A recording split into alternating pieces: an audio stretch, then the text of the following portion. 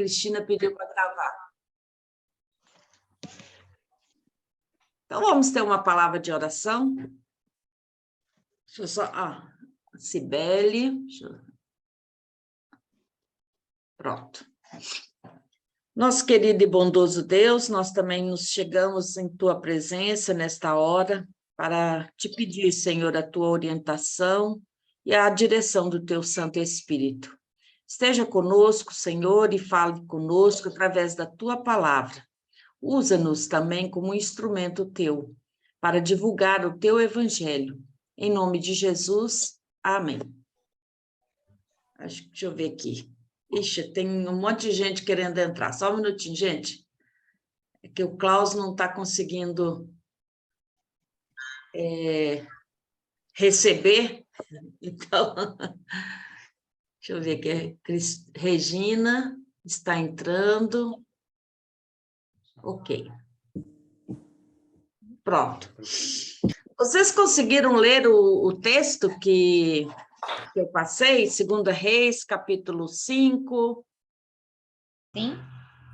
Sim? Sim. Uai, Klaus, o que aconteceu aqui? Eu fechei a câmera. Eu fechei a câmera sem querer.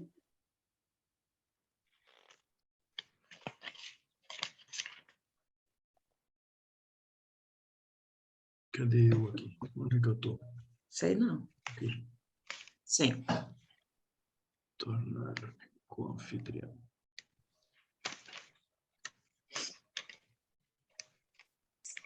Vocês conseguiram ler o texto? Sim. Sim? Ah, tá. Uhum. Então, tá bom. Eu vou ler, então, rapidamente, para a gente situar para aqueles que não leram, e depois eu queria que vocês pensassem a respeito disso, né? Quais são os personagens principais, são os papéis que cada um representa. Naamã, comandante do exército do rei da Síria, segundo Reis, capítulo 5, era um homem diante de seu senhor, de muito conceito, porque por ele o Senhor dera vitória à Síria. Era ele herói de guerra, porém leproso. Saíram tropas da Síria e da terra de Israel, levaram cativo uma menina que ficou ao serviço da mulher de Naamã. Disse ela à sua senhora: tomara o meu senhor estivesse diante do profeta que está em Samaria, ele o restauraria da sua lepra. Então foi Naamã e disse ao seu senhor: assim e assim falou a jovem que é da terra de Israel. Respondeu o rei da Síria: vai, anda, e enviarei uma carta ao rei de Israel. Ele partiu e levou consigo 10 talentos de prata, 6.000 siclos de ouro e 10 vestes festivais. Levou também ao rei de Israel a carta que dizia: logo em chegando a ti esta carta, saberás que eu te enviei Naamã, meu servo, para que o cures da sua lepra. Tendo lido o rei de Israel a carta, rasgou as suas vestes e disse: acaso sou Deus, com poder de tirar a vida ou dá-la, para que este envie a mim um homem para eu curá-lo da sua lepra? Notai, pois e vede que procuro um pretexto para romper comigo. Ouvindo, porém, Eliseu, homem de Deus, que o rei de Israel rasgara as suas vestes, mandou dizer ao rei: por que rasgaste as tuas vestes? Deixa-o vir a mim e saberá que há profeta em Israel. Veio, pois, Naamã com seus cavalos e seus carros e parou à porta da casa de Eliseu. Então Eliseu lhe mandou uma mensagem, dizendo: vai, lava-te 7 vezes no Jordão, e a tua carne será restaurada, e ficarás limpo. Porém, Naamã, muito se indignou e se foi dizendo: pensava eu que ele sairia ter comigo, por-se-ia de pé, invocaria o nome do Senhor, seu Deus, moveria a mão sobre o lugar da lepra e restauraria o leproso. Não são, porventura, Abana e Farfá, rios de Damasco, melhores do que todas as águas de Israel? Não poderia eu lavar-me neles e ficar limpo? E voltou-se e foi com indignação. Então se chegaram a ele os seus oficiais e lhe disseram: meu pai, se te houvesse dito o profeta alguma coisa difícil, acaso não farias?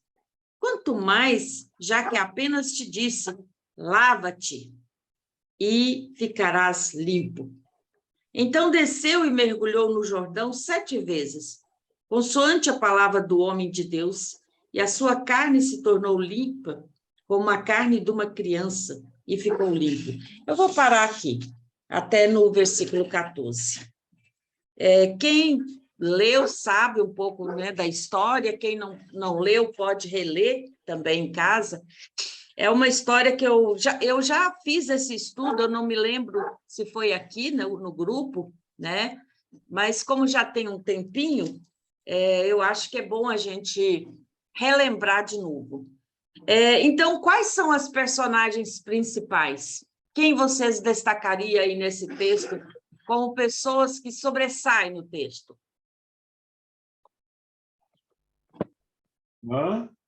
Oi?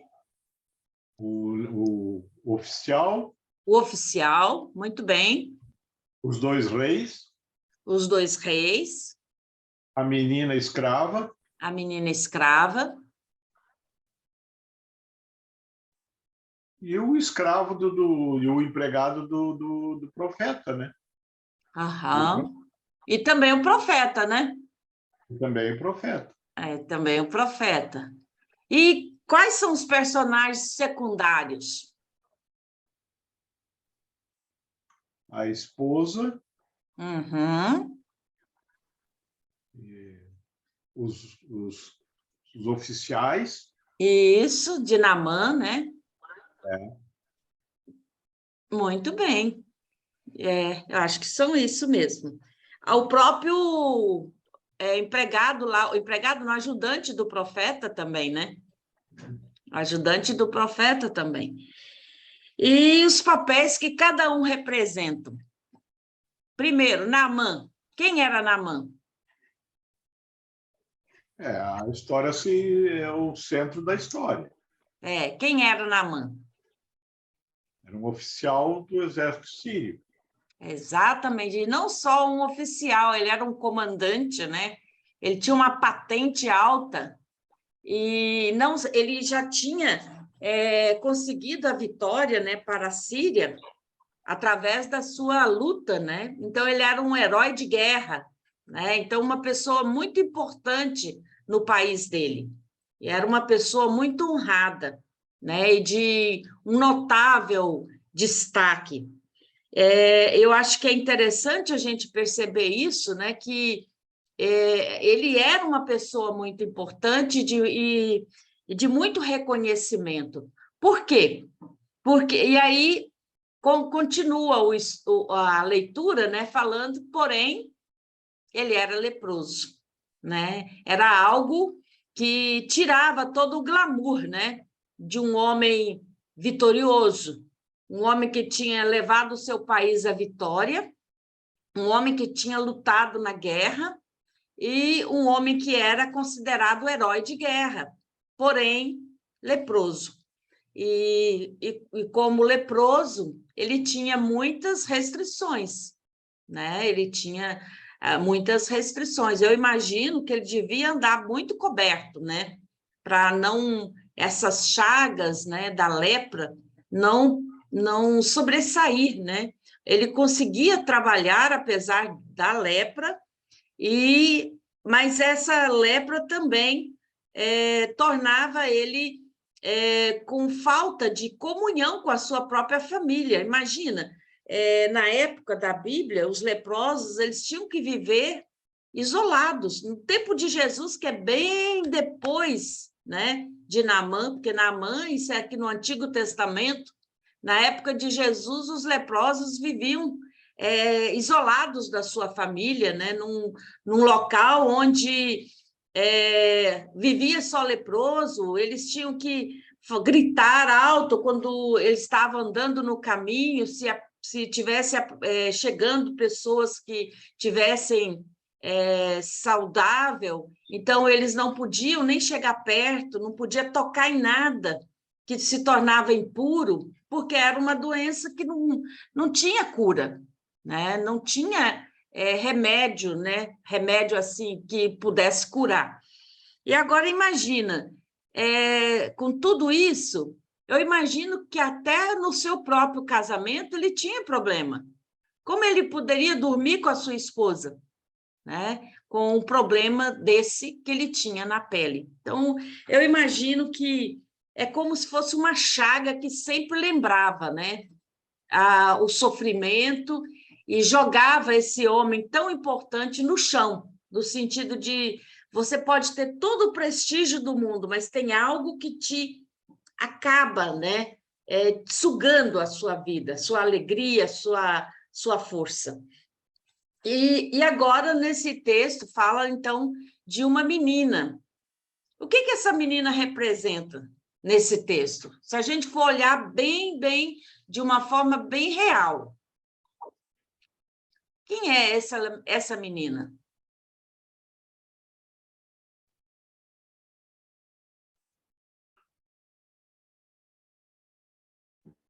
Um ser ninguém. É alguém que era muito fraco, né? Uma menina, na época, vocês têm que pensar que as mulheres já não tinham muito, como é que fala? Muito respeito pela mulher, pela condição, né? Não era uma situação que ela vivia com, assim, que sobressaísse, né? E, além de tudo, ela era uma menina e era mulher, e ainda escrava, né? Então, tem várias coisas aqui que poderia tirar também, mostrar que exatamente a menina representa a fraqueza, né? Também, olha, você vê, tem duas coisas aqui, né?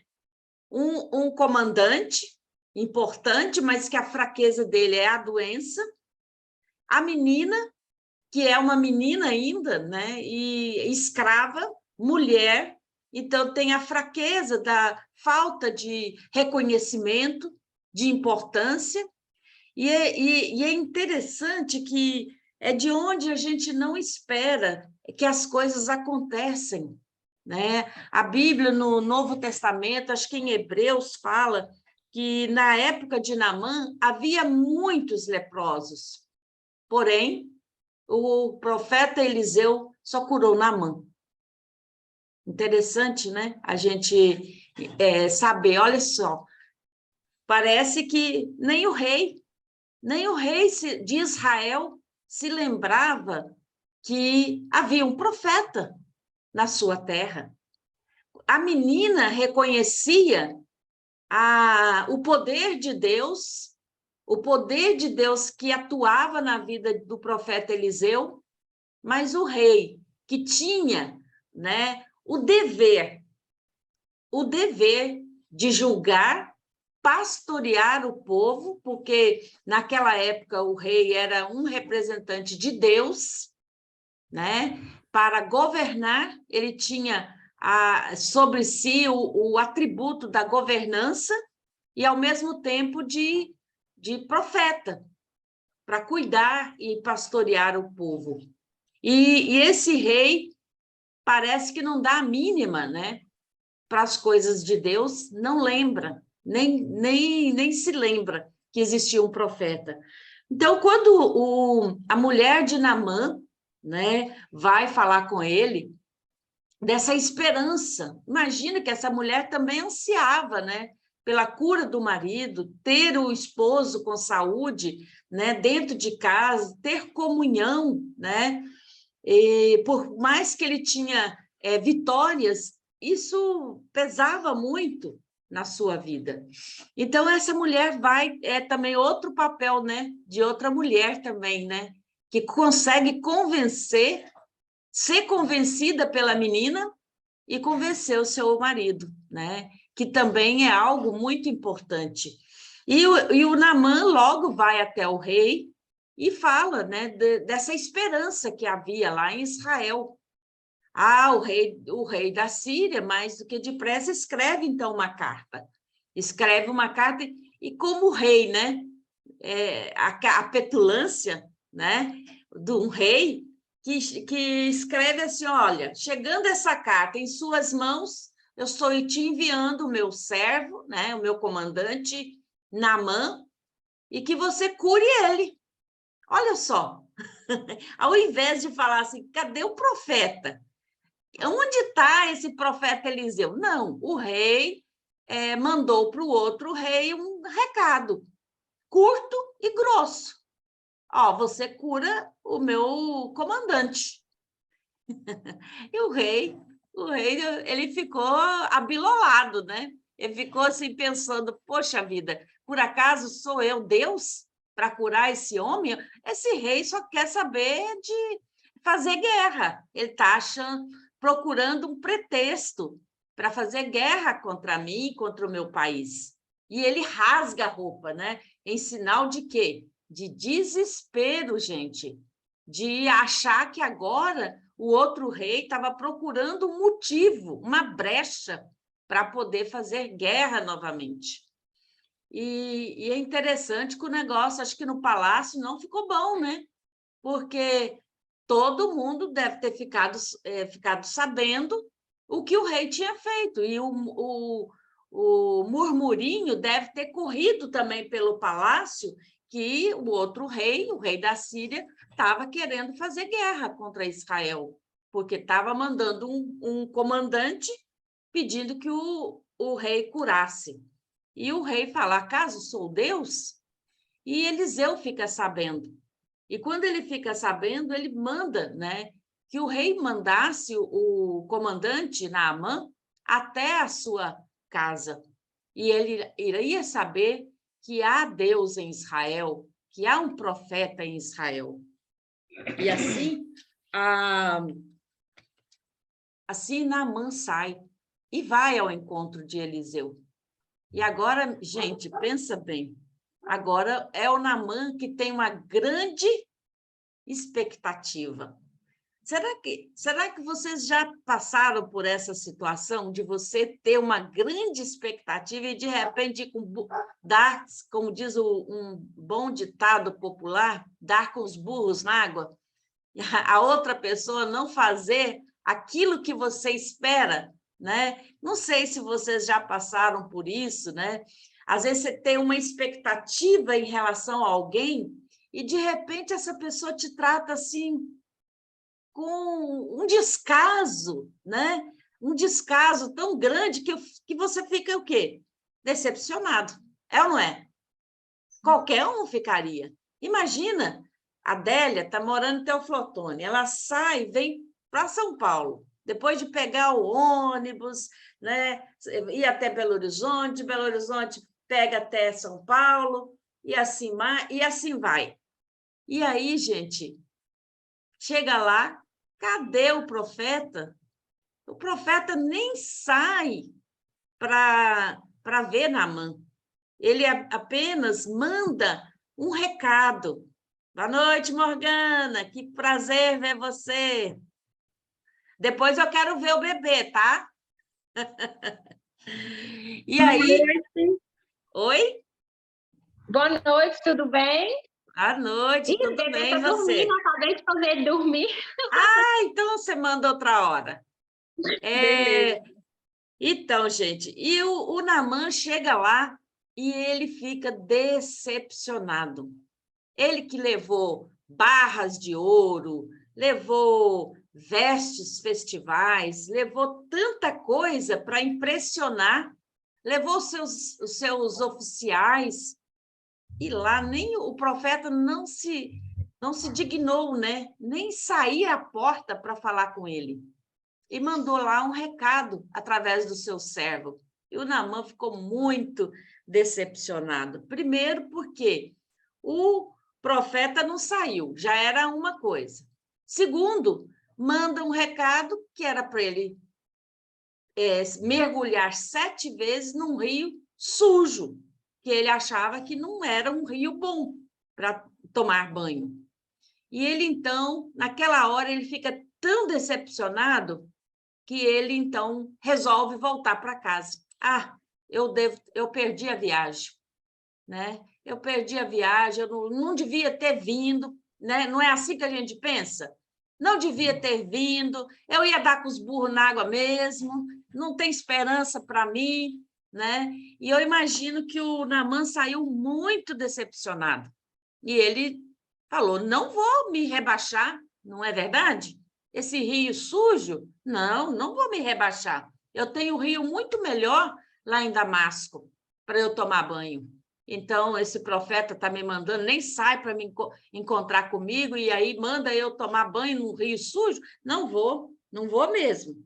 E aí, eu acho uma coisa fantástica, é quando a gente é cercado de bons líderes, de bons companheiros, de pessoas que realmente gostam da gente, de pessoas que se importam com a gente.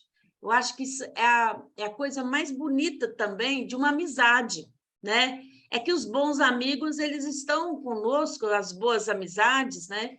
Nas horas difíceis, nas horas boas, eles se alegram quando as coisas saem bem para o nosso lado, eles ficam do nosso lado quando a gente também está lá embaixo. E esses oficiais tinham um respeito muito grande pelo seu chefe. E eles chamaram o Naamã a razão. Olha como é importante, gente, a gente ser cercado de boas pessoas. Porque o Naamã, embora fosse um homem sábio, um homem competente naquilo que ele fazia, quando chegou na hora dele mesmo, que era algo pessoal, ele se comportou como criança, não é? Criança birrenta. A gente também, às vezes, age assim, é ou não é? Tem hora que nós parecemos que somos crianças em algumas coisas. Aí depois a gente recupera o juízo, né? Mas os oficiais, então, disseram, ô Senhor, né? O pai, aqui está na Bíblia, na Almeida fala pai, né? Mas eu imagino que seja Senhor, né? Se o profeta tivesse dado uma tarefa difícil, o senhor faria? Com certeza faria, não é verdade? Porque a gente sempre pensa que as coisas difíceis que são boas, não é verdade? Que são caras, as coisas boas são caras, são difíceis. Então, coisas fáceis, não deve merecer confiança. E aí os oficiais falam, mas se ele tivesse te pedido algo difícil, o senhor não faria? E Naamã teve que concordar. Então, quanto mais só tirar a roupa e mergulhar 7 vezes, isso aí, será que o senhor não pode fazer isso? E Naamã, então, resolveu fazer isso. Então, tirar a roupa, né? Também eu trago para mim e para nós, que é tirar um pouco o orgulho que às vezes a gente tem, né? A gente às vezes acha que a gente está assim e que a gente não pode se abaixar, que a gente não pode se tornar humilde, simples, né? Então, esse tirar a roupa e descer no Jordão significa uma atitude de humildade, de despir, de mostrar aquilo a ferida que estava ali, né? Às vezes a gente esconde atrás das roupas, né? Nós apresentamos uma imagem para as pessoas. Mas e as feridas que estão lá dentro do nosso coração? Para quem nós contamos? Para poucas pessoas, não é verdade? As dores que a gente tem na alma, lá as cicatrizes que cada um traz no coração, são poucas pessoas que a gente consegue abrir o coração. Então, Naamã conseguiu, naquele momento, dar ouvido aos seus oficiais, e ele também se humilhou. E ao mergulhar ali 7 vezes, descer, né, naquele Jordão, ele, então, cumpre o ritual que o profeta tinha pedido. E qual não é a surpresa, né? Quando ele sai daquela água totalmente curado. Totalmente curado. E a sua pele estava como uma pele de criança, ou seja, viçosa, cheia de vida. E agora o Naamã fica tão agradecido que ele quer agora voltar ao profeta para agradecer e para dar os presentes. Afinal, ele era um homem de posses. Ele era um homem que tinha muito dinheiro e ele tinha levado bastante coisa. E quem era o profeta? O profeta era uma pessoa muito simples, pobre, que vivia com muito pouco, que os seus discípulos, às vezes, tinham que catar as coisas no mato para fazer comida, porque não tinha. E tem um texto que até fala que eles põem uma planta venenosa ali no ensopado e o profeta, então, quando alguém vê que tinha algo venenoso, vão atrás do profeta, que faz algo, joga lá dentro e tira o veneno. Então, vocês notam que não era uma pessoa que tinha recurso, era alguém que não tinha. Mas o profeta não aceita os presentes de Naamã. Por que será que o profeta não aceita, gente? Vocês acham? Vocês sabem? Não sei.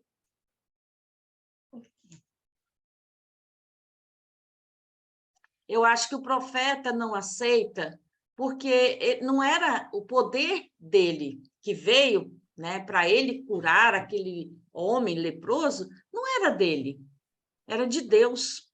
Então, toda a glória e toda a honra pertence somente a Deus. Então, ele não queria nada daquilo que o Naamã trazia. Não queria que pudesse associar a cura a bens materiais, a honrarias, a riqueza. Era algo que ele recebeu de graça de Deus e de graça ele dava, que era transmitir e interceder por aquele homem que estava precisando. E ele não aceita, mas o ajudante do Eliseu, quem lê o texto sabe disso, né, que corre atrás do Naamã e pede aquelas roupas, pelo menos um pouco, né, para poder ajudar, que era para ajudar a sua família. Mas antes disso, gente, lembrando que Naamã viu que o Eliseu não aceitou, ele então faz uma confissão linda, uma confissão a Eliseu dizendo que realmente só havia Deus em Israel. E ele então pede permissão, já que Eliseu não queria nada do que ele trouxe, então que permitisse que ele levasse 2 cargas de mulo de terra, para que ele pudesse oferecer sacrifício somente ao Deus de Israel. E ele disse assim: nunca mais eu vou oferecer sacrifício nenhum a outros deuses, a não ser o Deus de Israel. Mas aí ele pediu permissão e pediu perdão, né? Caso, às vezes, que ele tinha que acompanhar o rei da Síria no entregar o sacrifício para o seu Deus, e que o rei sempre apoiava em suas mãos. Então, ele pede permissão e Eliseu dá. E ele fala, né? Outra vez ele torna a dizer, e Eliseu, vai em paz. E aí cumpre, né, essa parte de Naamã, que é de retornar para sua casa curado. E aí agora o ajudante vai atrás, recebe uma parte do presente, mas antes dele chegar perto de Eliseu, Eliseu já sabia. E disse: olha, o Espírito do Senhor estava com você, meu Espírito. E vi a hora que você foi atrás do sírio, né, do Naamã. Então, a lepra que estava em Naamã vai estar na sua vida e em toda a sua descendência. E daquela hora em diante, Geazi, né, tornou-se leproso.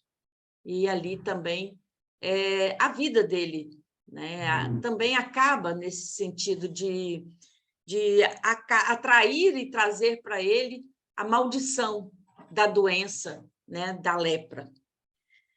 Agora, eu acho assim, muito importante, né, da gente destacar a questão da fé, né? A fé da menina, a confiança que ela tinha em Deus,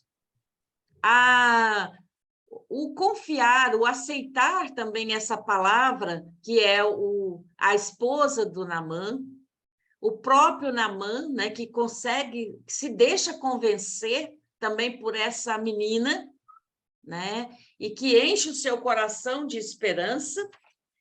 E tudo isso, gente, vem para nós o ensinamento de que nós, como cristãs e cristãos, precisamos testemunhar a nossa fé, onde nós estivermos.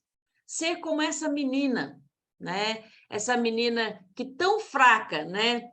Que estava numa condição subalterna, ela podia ter se revoltado contra o seu senhor e pensado assim, eu não vou falar nada, ele mereceu porque ele fez guerra com o meu país, mas ela, apesar da condição dela de escrava, ela conseguiu amar o seu senhor, amar a sua senhora, desejar o bem, né?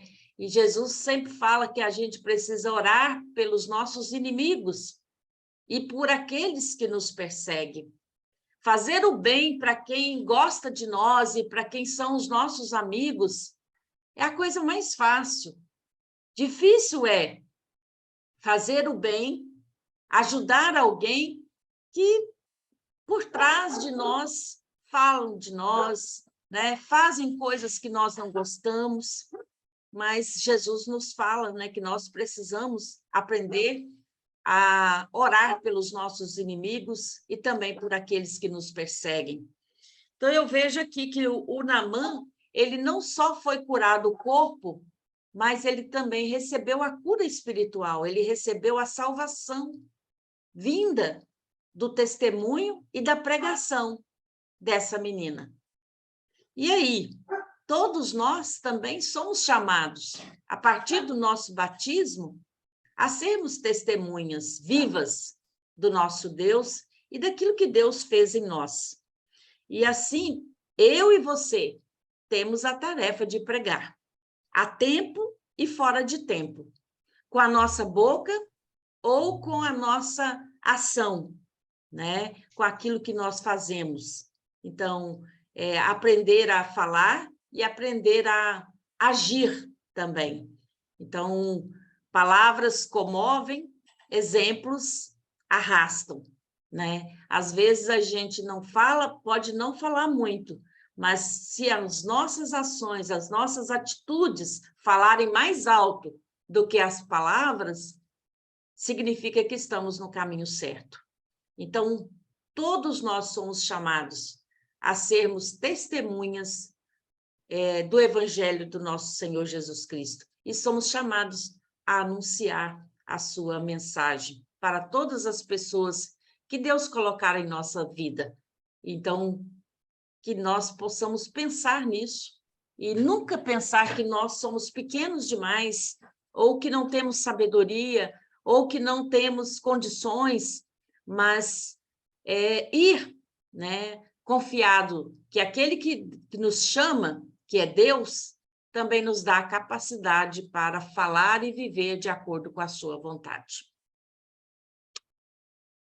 Alguém gostaria de falar alguma coisa?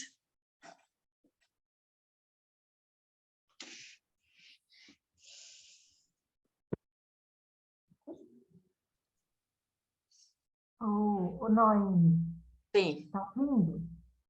pode falar. O que eu consegui pensar sobre a menina, principalmente, que foi também um ato de ousadia, né? Com Muitas certeza. vezes a gente tem que ser um pouco ousado, mesmo estando numa condição inferior, e pedir a Deus que seja feita, tipo assim, você faça aquele ato de ousadia e pelo sim e pelo não. Se desse não, tudo bem. E se desse sim, ótimo. Então, assim, são pequenos gestos que também nos faz pensar que é possível, às vezes, a gente também ser um pouco ousado, não forçar nada, mas ela jogou a sua rede, não sabia Exatamente. que ia vir o peixe, E mas viu, ela foi ousada, com né? certeza, ela foi ousada e de muita fé, né? E ali a E gente percebe que o Naamã, quem diria, né, que ele poderia não só receber a cura, mas também aceitar o senhorio de Deus na sua vida, né? Que é algo importante, porque às vezes a gente vive num mundo onde as pessoas só querem as bênçãos, mas não o Senhor da bênção, né? Aí já é outra história. Então, Naamã não. Ele também nos mostra, né, que ele não só aceitou, mas ele também recebeu o senhorio de Deus na sua vida, no seu coração. E aí daquele momento em diante, ele muda de forma radical a sua forma de crer, né? Ele passa a crer e aceitar no Deus verdadeiro, que é o Deus de Israel. Mais alguém?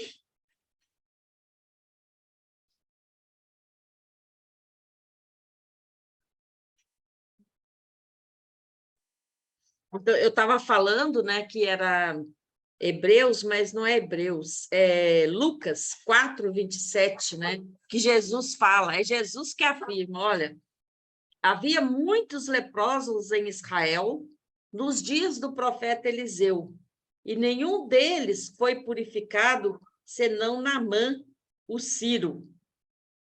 Senão Naamã, o Ciro. Ou seja, para Deus não há impossível. Às vezes, as pessoas que menos nós colocamos fichas nela, né, de achar que essa daqui não adianta eu pregar, porque é muito difícil. Às vezes, são as que nos surpreendem, né? E, às vezes, é ali que está, né, às vezes, a nossa missão. Né? Às vezes, a gente está pensando longe e, às vezes, está perto de nós, está do nosso lado, né? E às vezes é isso, né? O testemunho é isso. É a gente contar um pouco aquilo que Deus tem feito em nossa vida, no nosso lar, na nossa casa. Testemunhar, né? O Deus que nós cremos. Isso é muito importante. Bom, então eu quero encerrar, né? E desejar a todos vocês um abençoado final de semana, né? E que Deus possa estar conduzindo e abençoando a vida de cada um, de cada família. Vamos fechar os nossos olhos e vamos orar. Nosso Pai querido, nós muito te agradecemos por esta noite. Obrigado, Pai, por podermos partilhar a tua palavra, tanto lida como exposta, e ela também lança luz para dentro do nosso coração, para a nossa vida, para que nós possamos também aproveitar as oportunidades que o Senhor nos dá, como aquela menina escrava que estava numa condição tão desfavorável para ela, mas não perdeu a oportunidade de testemunhar que havia um Deus em Israel e que esse Deus era capaz de sarar e curar aquele seu senhor que estava muito enfermo. E nós também cremos, ó Pai, que tu continuas sendo o mesmo Deus, que agiu ontem, hoje e agirá eternamente, sendo o nosso Deus, e em quem nós podemos colocar toda a nossa confiança. Usa-nos também como ferramentas e como instrumentos teus, para anunciar a tua palavra.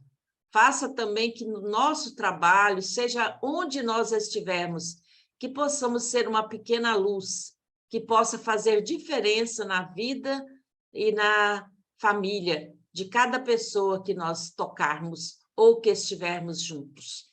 Em nome de Jesus, que eu oro e agradeço. Amém.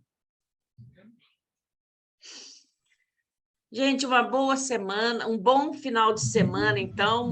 Mais uma vez, obrigada por estarem conosco, Cibele, Morgana. Morgana, depois manda a foto do neném, já que está dormindo, né? Pode deixar que eu Magda, mando. Regina. Oi? Pode deixar que eu mando, sim. Sim, manda no grupo. Roni, Marli, Adélia, Lúcia e Paulo. Deus abençoe todos vocês. A Marília também, ela está aqui também. Roni, eu já falei. Então, tudo de bom para vocês. E foi muito bom estar com vocês. Um beijo. Boa noite, gente. Boa noite. Amém. Boa noite, Beijo. gente. Boa noite. Boa noite.